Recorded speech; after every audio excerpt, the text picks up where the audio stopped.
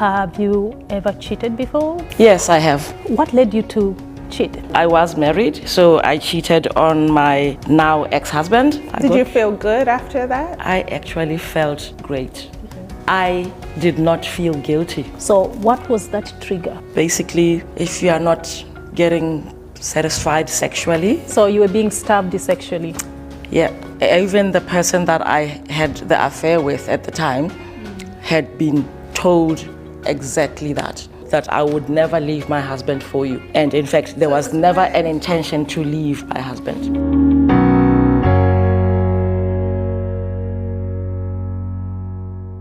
Welcome to Tranquil Dialogue, where peaceful, candid, and entertaining conversations take place in a safe space. Tranquil Dialogue is all about authenticity, and today we are here to dig in. I'm Jen, as always. I'm Atel. And we are joined by an amazing, influential figure in our community. I'll give Atel the honor to introduce our guest. This is our beautiful Dr. Zibi.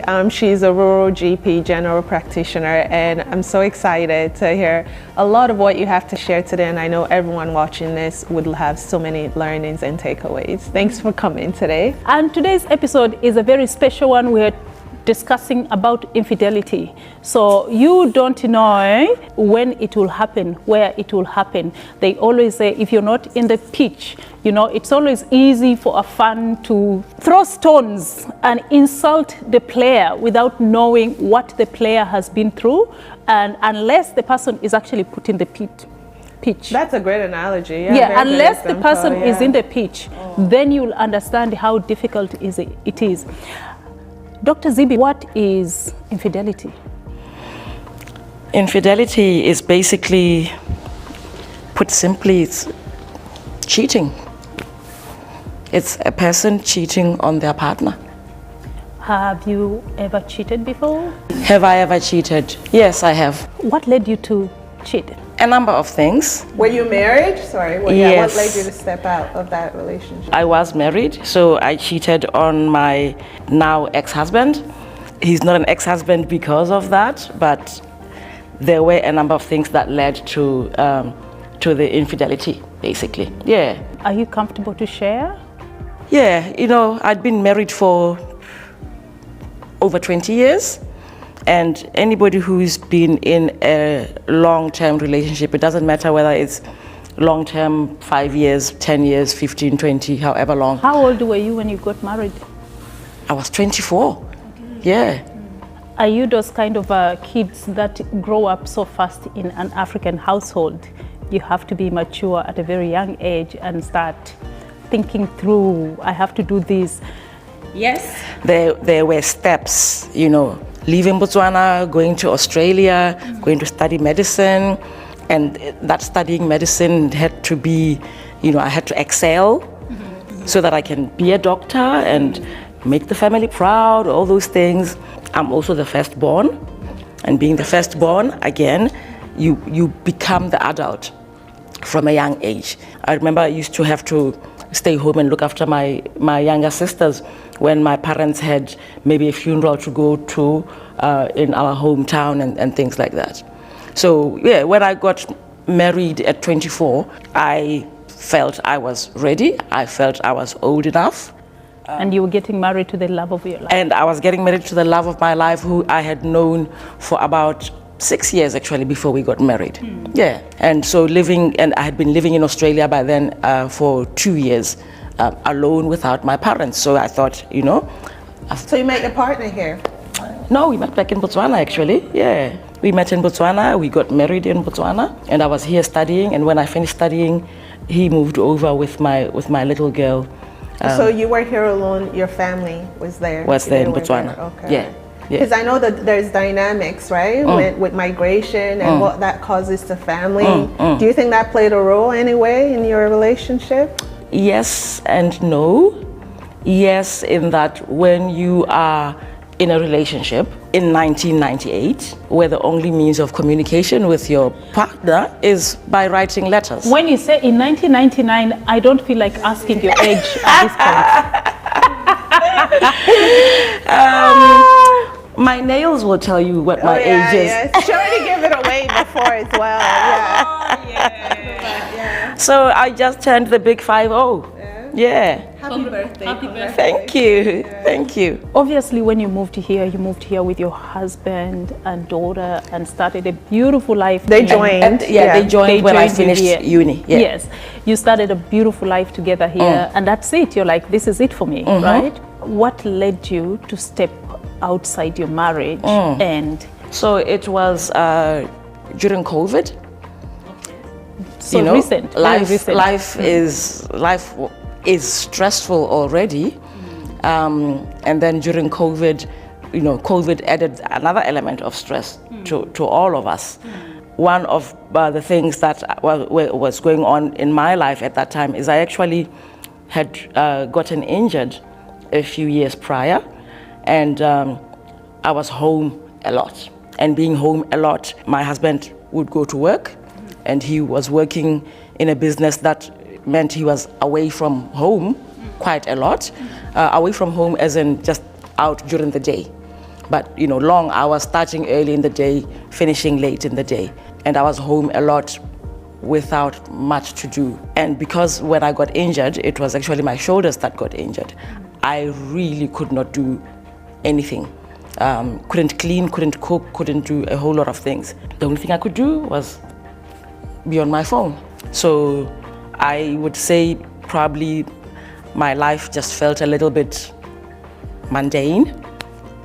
Husband is going to work, I'm home, I haven't done anything, I haven't cooked for him, I haven't, those things that an African woman is supposed to do, cook and clean and do all those things for my husband.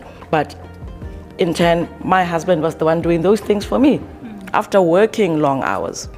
And then, he'd be tired at the end of the day. I would be bored. So started, Facebook, Instagram, whatever, social media. Sorry, one of the things that I'm going to speak as a woman, a woman will never step outside their marriage to cheat unless there's a trigger. Yeah. So what was that trigger? The trigger became basically if you are not getting satisfied sexually. So you were being starved sexually. Yeah. So then you start to think of what ways you can spice things up. And I mean, you can see me, I'm a spicy girl. I love that, I love that. And I tried a lot of things to try and spice things up, but when I'm trying to spice things up and your partner is, tired. So how were you, like as an African girl, they say, so how did you spice things up? Can you just talk me through the details? Now, I think we better warn parents out there to Please. Make sure that the kids are nowhere to be seen. Do you hear that? So spicing things up, I've always loved sex. Beautiful. That's number one. We are listening. Always loved sex. Always loved good sex. Still do. When things get a bit dull, a bit boring, we used to then, book a hotel. Let's go stay a weekend in a hotel. Spice things and up. Lucky for us, our child was old enough that she could stay home alone. So if we're gonna book into a hotel or that, we'd start going into, some shops to go and see about buying some things that can help spice things up again in the bedroom. You mean like things like sex toys? Like sex dildos, toys. Do couples do that? Couples do that. Oh yeah? Should do that. Couples do that. Okay. Couples do go into adult shops together and buy toys together. Does that mean by buying those, I'm curious, I'm just learning as well. Does that mean both of you can't satisfy one another? That's why you need an extra object to come and do the do? No. Yeah. It was just another thing to spice things up. Okay. You watch, you buy certain videos at the adult shop, so you can watch and again spice things up. Role playing, handcuffs, although there were no handcuffs because my shoulders were injured. It was prior to the shoulders. Sexy lingerie. I would do anything and everything to make sure sex never got boring. But when you are now feeling like you are in a sex-starved relationship. But do you think that worked for your then husband though? Like they were the same, they had the same feeling, oh, let's do something different, or was it more you and they just had to play along and eventually it's like, you know what, this is a bit much for me? Well, he never complained. Yeah. So I guess it was... Sometimes men don't speak. I guess my question comes down to you were sexually disturbed. Why didn't you leave the marriage instead of committing adultery in the marriage? I think just like everybody else thinks when they step out on their relationship, I'll never get caught. I didn't want to leave my marriage. Even the person that I had the affair with at the time had been told exactly that. If anything happens in my marriage or with my marriage, it's not because of you. But also you need to know that I would never leave my husband for you. And in fact, there was never an intention to leave my husband. So basically this was intentional. I know what I'm doing. I know there might be repercussions, but I'm going to do it anyway. And I was basically horny and wanted to have sex 3 times a day if I could. But mind Sounds you, like a man in their 20s. he was working long hours. And, you know, during COVID, obviously then all you could do was communicate. And a lot of people were depressed during A lot of people were depressed, yeah, including me. But mine was more because of chronic pain than COVID. But COVID added another layer of anxiety to already a very anxious life that I was having with the what ifs, you know, what's going on with my shoulders, are they gonna get better, all of that. And so again, stress relief, the big O. So during COVID now, when you're communicating with someone, it ends up being an emotional thing. So I actually got emotionally attached or hooked, if you like, to talking to this guy. And our conversations started to get more and more sexual. And that was even before we met. It was months before we actually physically met. Were they married? No, he was single. And he was also much younger than me. I was 45. I think he had just turned 30. That's not much of a difference.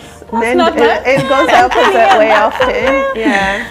Well, you know, a 45-year-old man can have a 30-year-old woman. Even so 20, yeah. 45-year-old woman, this 45-year-old woman had a 30-year-old man. Nice. Yeah. Why not? Very nice. Yeah, that's good. So it was just like, okay, I'm gonna test a different soup. It's sort of like, let's talk about, it's like, to me, this is how I look at it. It's like, okay, I don't want to cook today, I'm going to get a takeaway. So that takeaway landed you into? Hot soup. Literally. You mentioned this didn't end your marriage, correct? Or It did not end my marriage. So what no. ended? How did that come all about? So what led to the marriage ending was a whole lot of factors, including some emotional abuse. In an African household, I'm talking this from experience. You can go through emotional abuse and your relatives or parents or somebody will say that, At least is he providing for you? Are you lacking anything? If he's providing for you, what is it? And I had, you know, when we backtrack a bit, while I was at school, like I said, I lived in Australia, went and bought a dildo. Which is a taboo in an African household. Which is, yeah, tell me about it. Even now in 2025. But him being a man, also needed to be satisfied. Because he was back in Botswana while I was in Australia. Also needed to be satisfied. That meant he cheated as well. Oh, so it's been both ways. It's been both ways. And it's been long term. Yes. It's been ongoing. Yeah. So that emotional abuse started all those years ago when I'd seen something on his phone, and then I asked him, what were you doing looking at my phone? This is my phone. Another time, another year later, it was a phone call that I picked up, and again confront him. What were you doing answering my phone? Or I pick up and you know, the phone is just silent on the other end. And why would somebody just not say anything? And so we'd have fights about all of that. There's a saying that you teach people how to treat you. He never apologized for the cheating. And I mean never. Till now. Did he at least blame the other party? Never. Not even till now. Never. Wow. Never acknowledged there was another party. We have a word for that these days. What is that? Gaslighting. Oh, yes. Yeah.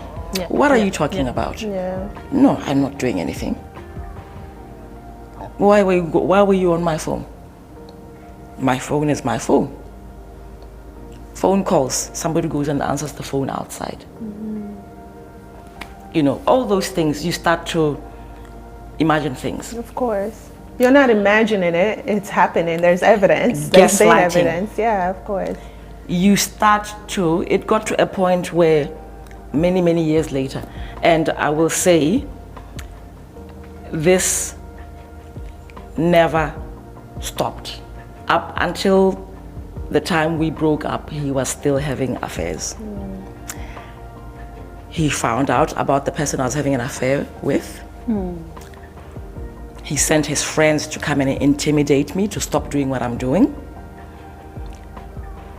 Meanwhile, he was doing it. Yeah, so when he found out, did he confront you? So if he did you deny it? I still remember that conversation. It was Mother's Day.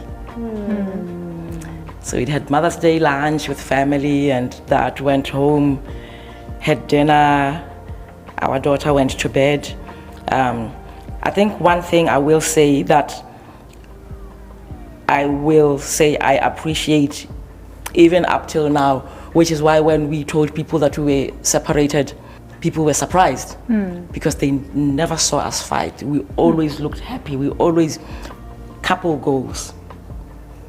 Doesn't exist wherever you are, however you are. It doesn't exist. It doesn't exist. We were couple goals. We've been called everything. We've been called the power couple. We've been called. But it's only you who knows what's happening inside. Yes. There's a saying that there is his version, her version, and the truth. There's always three sides. Yeah.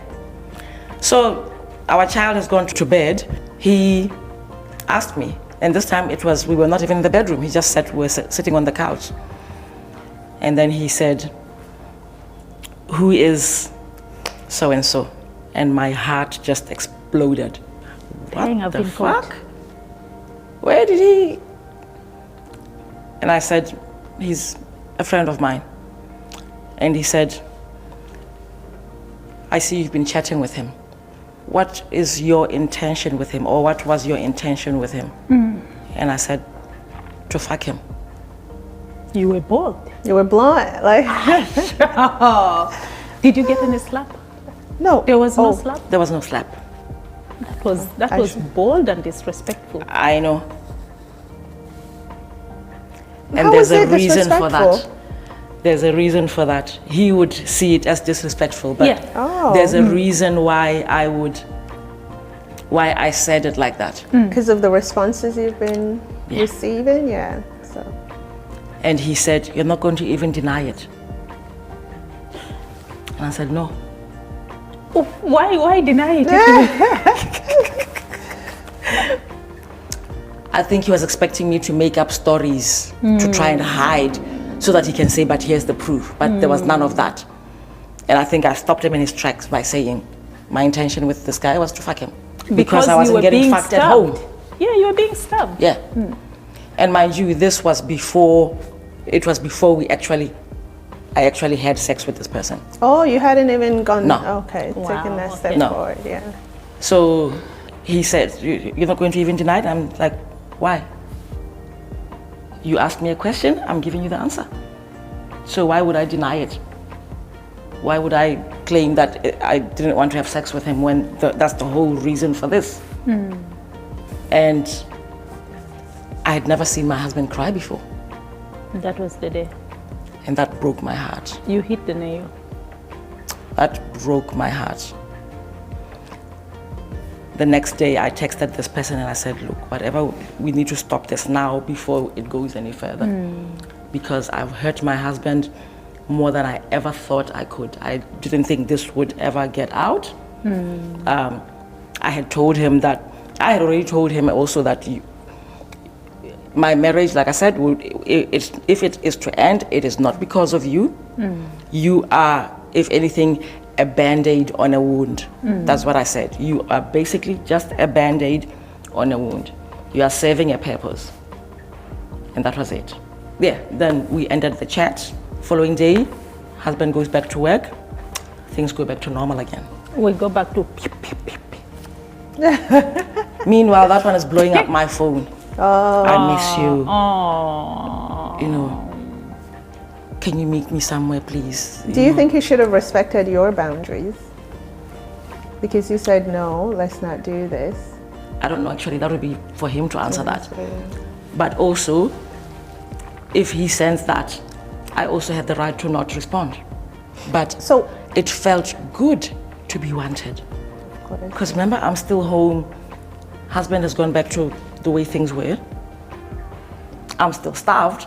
would things have been different then if his reaction was different? The next day he took time off work, you two sat down, talked about it more rather than cry and move on, because as women we need emotion, we need contact. Like you said, you're still starved. If you had stayed home, made you feel like a woman, like the Zibi he married whatever odd years ago, you wouldn't have gone back. Let me tell you something. The moment she told that man that my I want to intention sleep, was to fuck my him. intention is actually to sleep with this guy. That already is replaying on a man's mind. And the fact that he shed tears, she hurt him to the core. So there's no way he's going to sit and look at her. He needs a distraction. He needs to get out of that environment, get something to distract him, occupy his mind or something. But she's supposed to be that, because if it was a woman, we would likely go in and...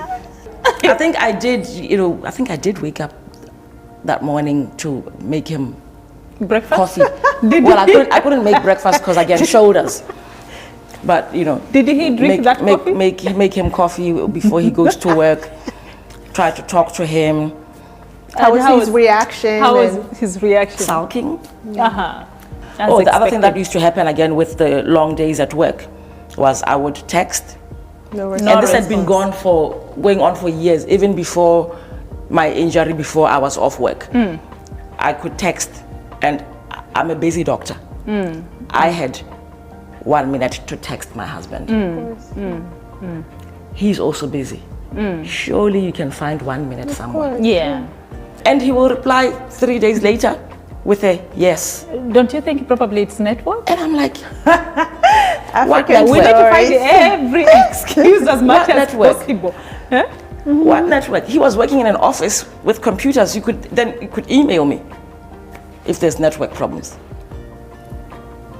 I remember saying to him one time, surely you could take your phone, you are busy at work, but you could take your phone to the toilet. And while you're sitting on the toilet, you could just 3 days. It's not nice for a woman, more especially a married woman, to beg her husband for that. So he went back to that again. Meanwhile, young man is like, I miss you. I miss you. Hey! you know, and he sends me a My picture. blood is boiling. Yeah. He sends me a picture at work. There's a young Something blood. nice. And he's in uniform. Ooh la la. Yeah. Man, I've always been a sucker for people in uniform. I don't know why.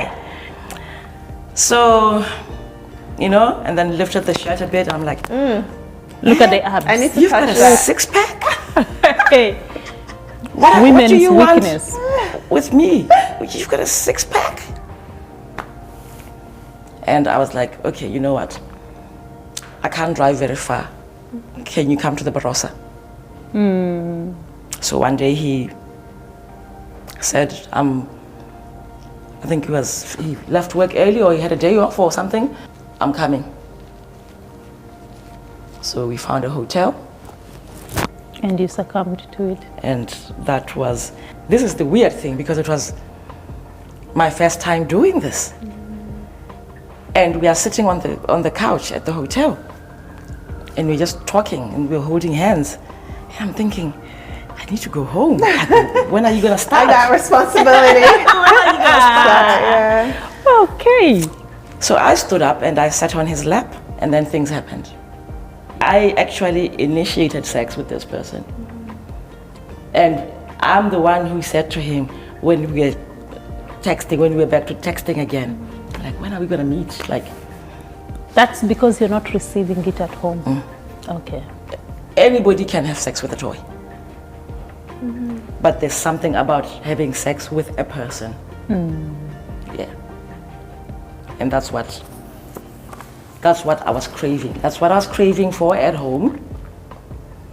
And that's what led me to basically jump this poor person who was like, okay, this woman must be really starved. And yeah. Did you feel good after that? I actually felt great. I did not feel guilty.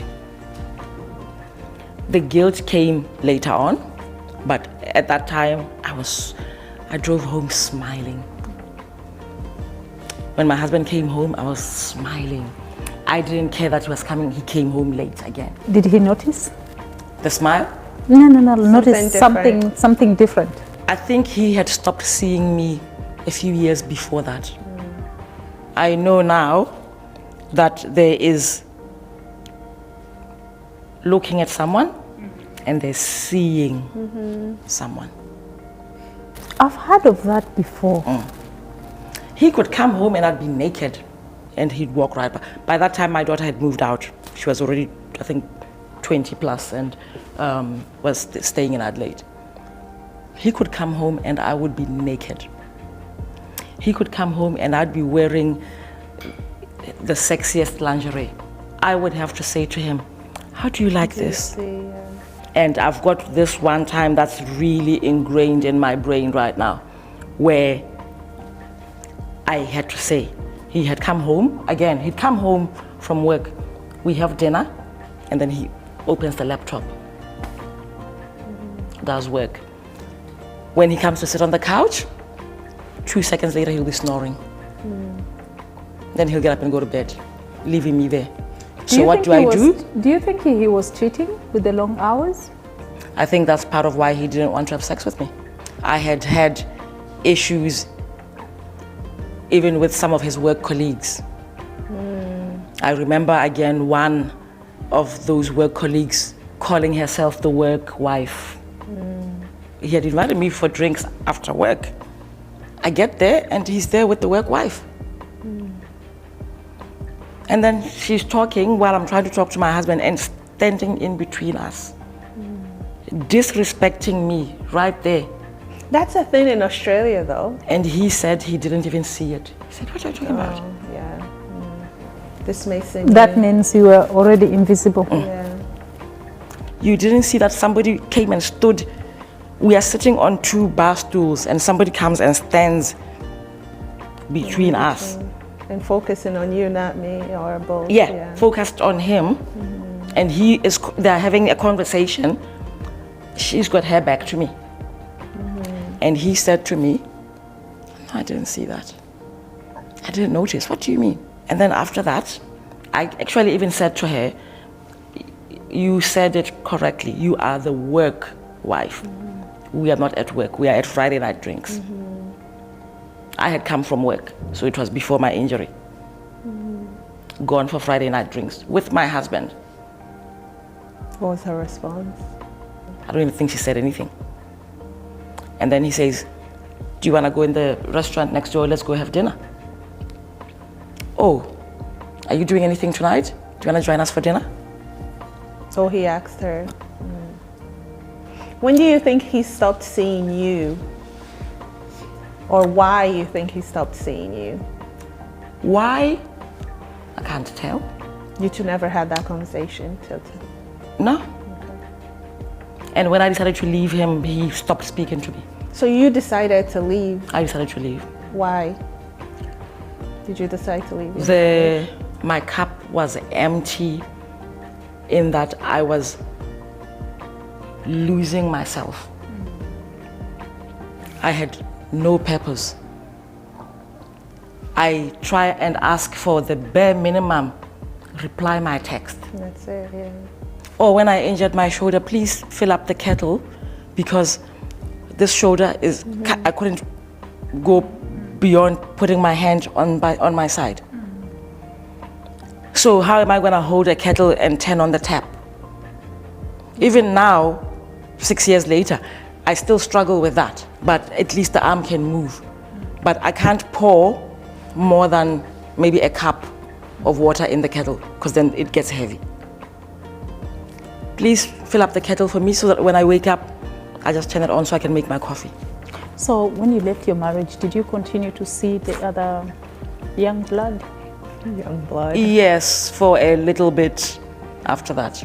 Yeah. We actually always had an end point towards our relationship. And what I liked about that was, so he was finding work elsewhere, wanted to move away. And what I liked about that was that there would be no awkwardness then. You know, when it's time for him to move, he moves. But COVID stayed longer and prolonged that move. So it meant we stayed in each other's lives for longer. For longer before he could move. Yeah. If he was still here, would you guys be seeing each other? Oh, no. Okay. No, he was not for me. So you mentioned earlier on about your ex-husband sending his friends to come and speak to you. Was that a way of exposing the situation? Because if you want to sort something between somebody, it's best we sort it as a married couple. Is it a way of shaming you and say, hey, look what she's doing. You go and talk to her. And how did that go? I remember during a car ride with his best friend, actually, he said to me, Zibi, do you love your husband? I said, with all my heart. Then you need to stop seeing the boy. You need to stop whatever it is you're doing with the boy.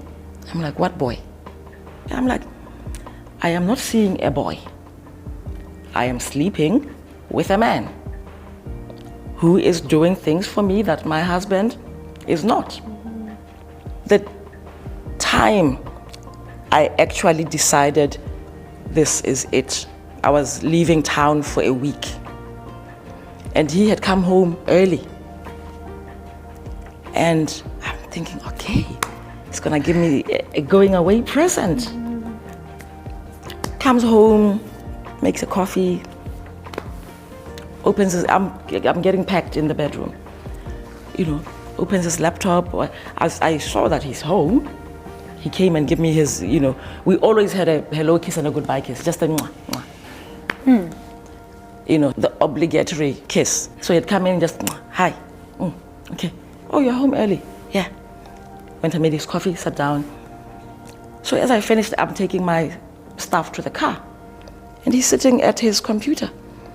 And I'm like, why did you come home early? And he said, to see you before you go.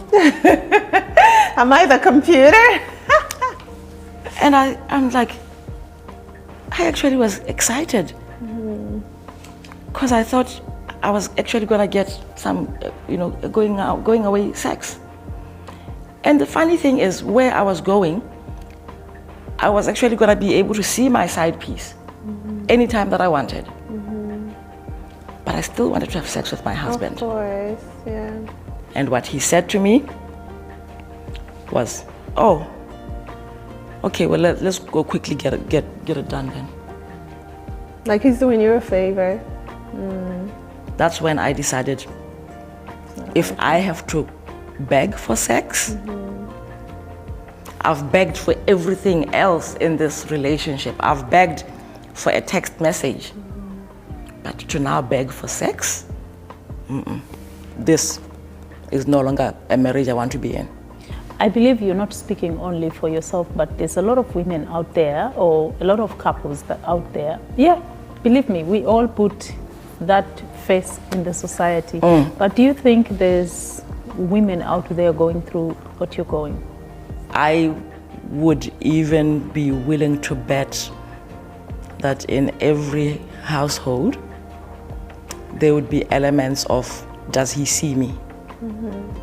Or elements of women, as they get older, they have a higher libido, men have a lower libido, any number of things. But I believe in this world, every household, if not every other. Sometimes does he hear me? Yeah. Well, I'm so sorry you had to go through that, and it takes courage to share that. Most of us, as I said earlier on, it's easy to be a fan and poke, oh my God, you should have kicked the ball like this, without being in the field. It's only you who understands what you've been through and where you have been through and what led you to do whatever you did. So thank you so much for sharing that amazing experience with us. And that is what the Tranquil Dialogue is all about. We create a safe space that we can talk such difficult matters here. We listen, we don't judge. That's it. So what advice would you give young women who are either going through the same thing as you or thinking of separating? What advice would you give? I had my own reasons for not leaving my marriage before having the affair. The same reason was there. So it was intentional? It was intentional. Hi. And it is that same reason that when I decided I was done, I was like, fuck it. I am done. This no longer serves me. And it was always about putting him first before me. The reason why I stayed. It was not for the kids, because my kid was an adult already living her life. It was for him, for putting him first, as I had always done. But when I decided I was done, then I was done. Do you think that mostly comes with age? Because I notice a lot of women in their 50s, that's when they're like, you know what, this is not working anymore. Or when we get married, there's a lot of things with our culture, especially. They say, they put this shawl on a married woman, and they say the shawl in Botswana. In Botswana, okay. Yeah, and the mother-in-law is the one who puts it on for you, and they say it's so that your family's problems stay inside. And you put a pin, and the pin is to hold it. But doesn't it mean that if my problems are going to stay here, that means even domestic violence I should endure? I should not go out and say, my husband this, so I'm going through left, right, center. I had called one of his aunties to talk about a problem that we had the first time that I had wanted to leave him. And the auntie said, you know what, my girl, you just need to bath, look nice, smile at your husband every day. Forget about what it is that he's doing, just smile. Because that is how we are conditioned. The same auntie came to me after they learned that I had left. And I said, Auntie, remember what I said to you way back when? This was 10 plus years before. And I said, you told me to smile, to look nice, dress nice, smile at my husband. And while I was smiling at my husband, he wasn't seeing my smile, but somebody else did. That's what I said to her. And she said, you know what? Yeah, if that's the way it's always been since that time you were talked about it, then really there was no way for this marriage to go. Yeah. It's never an overnight decision, is it? Oh, no. Oh no. And the truth, what they say about a woman leaves emotionally before she leaves physically. Yeah. And I think I saw that when you said after you had committed the adultery, you drove home happy. Yeah. I felt you had already left. I had already That was left. just the final deal breaker to say, Before I even spoke, there are friends that I grew up with that knew me when I was married who say to me right now, oh man, we used to try and get with you, but you were like, I am married, I'm not doing this to my husband, and they're like, you know, married women were having affairs and cheating, but you were like, I love my husband, not gonna do any of that. But yeah, when I did, I had checked out. Yeah. My marriage, in fact, had ended a good 4 or 5 years before that affair. Oh, because there wasn't really that communication between, you were communicating, or at least it was like one way. Affairs, the number of women I had cried about, honestly. When you asked me how I was frank, when he asked me what my intention was with this guy, and I said to fuck him. One of his many episodes of his crocodile tears, he said, can I ask you something? I was like, yeah. How were you ever able to get over what I did to you? I said to him, what makes you think I got over it? Because you've never acknowledged it. That was my answer. What makes you think I was over it? And the time that I said to him I was done, he said to me, how done are you? That's the problem. Some people think they got someone wrapped around their finger. And he did. Until it's like, this is it. Yesterday we were having that conversation where women have committees. By the way, it's true. Women have committees. Yeah. A woman also has a timeline. She will say like, in 2 weeks' time, if this doesn't happen, I'm done with this person. Before you make that final decision, you have a committee, a group of women or friends that, you know, without him knowing, but you and your crew already know. Yeah, just the same way he's got his boys, he goes and says, hey, my wife is doing this. A woman also has his group of girls where they will sit and say, okay, we are bringing the culprit today, this is what is happening. And the sisters, there's a lawyer, there's a judge, there's what, there are those even who defense lawyers. Among those women, they are defense lawyers as well. Well, you look strong, you look beautiful. I know. And I hope you enjoy yourself because this is the time too, so. It's called the 50-year-old divorce glow. Yes, the glow, the radiance, we can see and it. Please, one thing I'd like to say to people is, when a woman says she is divorced, people should stop saying, I'm sorry. Ask the woman, how do you feel about it? Beautiful. Because I say, please say congratulations. Don't say I'm sorry. I'm going to a divorce party next month. I'm happy one. We're going for a divorce party. Because for a woman to say it's done, it's over, you know they've gone through hell and back. Well, we had the pre-divorce party already. Oh, you did? Oh, wow. At my birthday party last week. And we're just prepping for the divorce party. Oh, nice. Please. So it's been finalized already? Final. I hope we are invited. Oh, that's right. We'll see. You'll get the invitation. You'll get the invitation. No, that's beautiful. That's but I'm so happy for you that you're happy, you feel fulfilled, you know, and I hope your shoulder is getting better as well. Yes, slowly getting there. So thank you so much for coming on the show. And Adele, do you have any last I had words? caught you off because you said do not feel sorry for the woman. Was there anything else you wanted to add to that? Oh no, it was just that. Do not feel sorry for the woman. Ask them how they feel. Then you can respond appropriately. No, nothing else to add. All right, thank you so much for watching Tranquil Dialogue, and we hope to see you in the next episode. Yes.